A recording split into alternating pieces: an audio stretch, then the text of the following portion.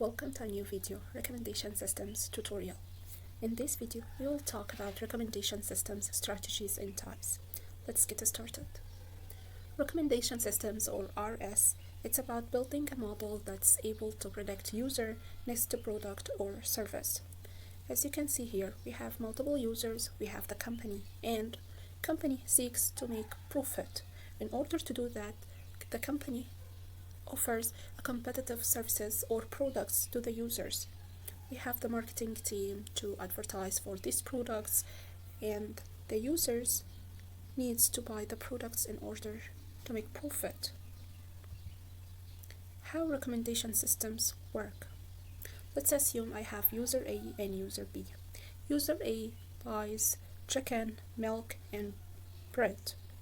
On the other hand, user B buys strawberry, snacks, tomato, and onion.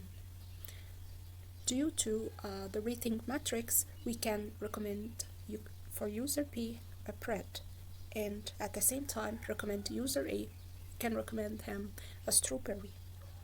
And we can do that by using machine learning or association rules, as we will see in the next video.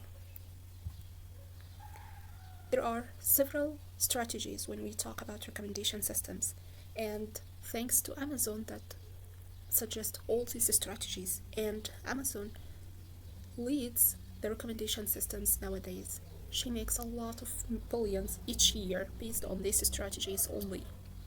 We have market basket analysis, aka cross-selling. Cross-selling technique is based on the question product X to product Y, what is the percentage between them? What is the correlation between product X and product Y? So let's see. Let's say when we run our calculation using matrix factorization or rating matrix, we found that bread is correlate with cheese, with the percentage is close to 65%.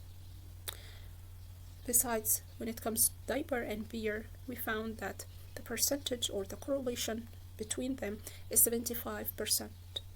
What I mean by that is that I can show to this user, if he buys diaper, I can offer him different types of beer. If he decided to buy bread, I can offer him or recommend him to buy cheese, and so on, based on this percentage. So we can think of this percentage as a correlation ratio. We have the positive correlation, such as 75 or 64, and we have a little bit weak correlation ratio that's between the juice and rice. So if a user buys juice, that doesn't necessarily mean he needs to buy rice as well. The second strategy is called upselling strategy. So as you can see here, when it comes to the British Airways, if I set the flight from Heathrow Airport to Oslo in Norway Airport for a flight that happens on 1st of April, I have the initial price is close to £315. I have multiple options. So basically the economy basic, that's £315, and this is the upselling strategies come to in hand. So the user can select economy basic or can select economy plus, which is for £337. And as you can see here, between economy basic and economy plus are relative prices or relative fares compared to the business, that's close to £503. And with these different packages, there are different features. So between basic and plus, there are extra feature here, which is related to the luggage. So upselling strategy can be used with flights or flights companies to offer more features with slightest increase in the charges or fares. There are a bunch of other strategies, such as most viewed items category, personalized recommendations category that's related to each and a specific user with unique recs. And also recs are based on browsing history, which I will describe it more in details in the other slides. And finally, best-selling category. This is the most well-known strategies when we talk about recommendation systems. And also we have newer additions of items and services. It will show to the user, as you can see here, for when it comes to Apple company. For instance, I bought AirPods second generation for $129. The company can send me a notification that, hey, there are new additions or new generations for the products that you purchased recently, such as AirPod third generation or second generation with USB C type, or the Mega AirPod Max for $549, and associated with the new features that, hey, for the third generation it can last up to 6 hours. It's resistance to dust and water and sweat, same as AirPods Pro second generation with the USB. On the other hand, the AirPods Max has 20 hours. It can last up to 20 hours of listening music and stuff. So this is another category or another strategy used in recommendation systems. So when we talk about recommendation systems, there are different data types or different data sets we can use to build a recommendation system. One of the most important part or important type is demographic data that will help with the contextual filtering later on when we build the recommendation model. We also, the most well-known type is the historical data that's based on the user's age, gender, their work experience, their location, their all this stuff.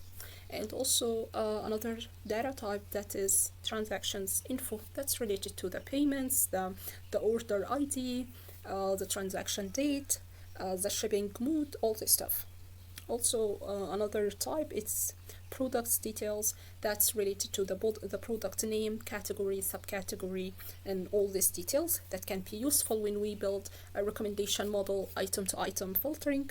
And I will speak in more details in the next slides later on. And finally, browsing log information category. Browsing log information is about the user when viewed an item or add this item X to the cart, or hover over the item, or even stay on the page for several seconds. We can catch this type of information and include it under browsing log history. Next, we have recommendation systems types. There are different types. We have personalized recommendations, semi-personalized recommendations, non-personalized recommendations, and cold cases. The first type is when we have enough data about this user to offer personalized suggestions. So let's assume we have user A or user 1, user 2, and user 3. User 1, we offer this Rix, banana, bean, and biscuits. For user 2, we offer pear, pasta, and tomato can. For user 3, we offer bread, cheese, and blueberry. We did that. We have these unique preferences based on their historical data. When we have enough historical data about the user, we are able to offer personalized suggestions. We can conclude here that with no historical data, we don't have personalized systems. It's all about the data we collect from users, or using the browsing history, or even their demographic details to offer recommendation, etc., etc. The second type is the semi-personalized recommendations. We can see it when we talk about music, such as Spotify. So we have that the artist that I like and add included to my list or to my library. We have the made for you songs that some of them are my favorite songs, are related to my library or related to my playlists, but others are new Recs that's related to my preferences, as well as semi-personalized recommendation that the new songs for my favorite artists. So it's more like between personalized and non-personalized, because the model is not 100% sure that I will like this new song or I will like this new suggestion yet.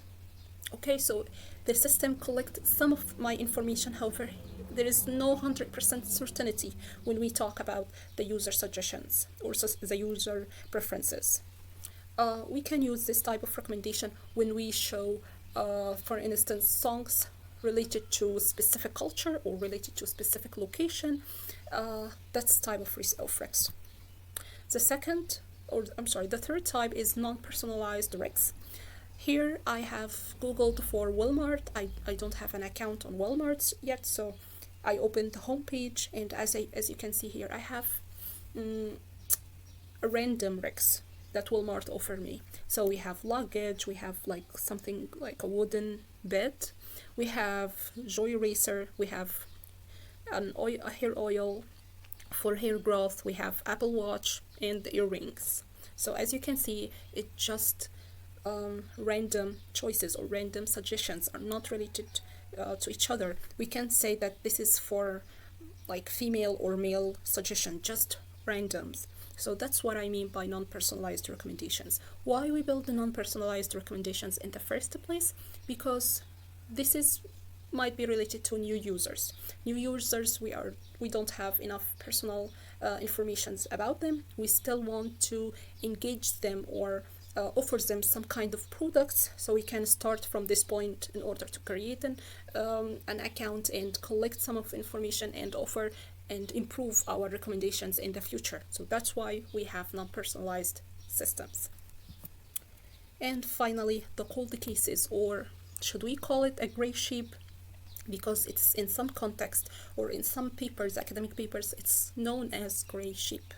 And what I mean by that is when a user has any unique preferences and we still unable to use his data with other users because not everyone shares his interests.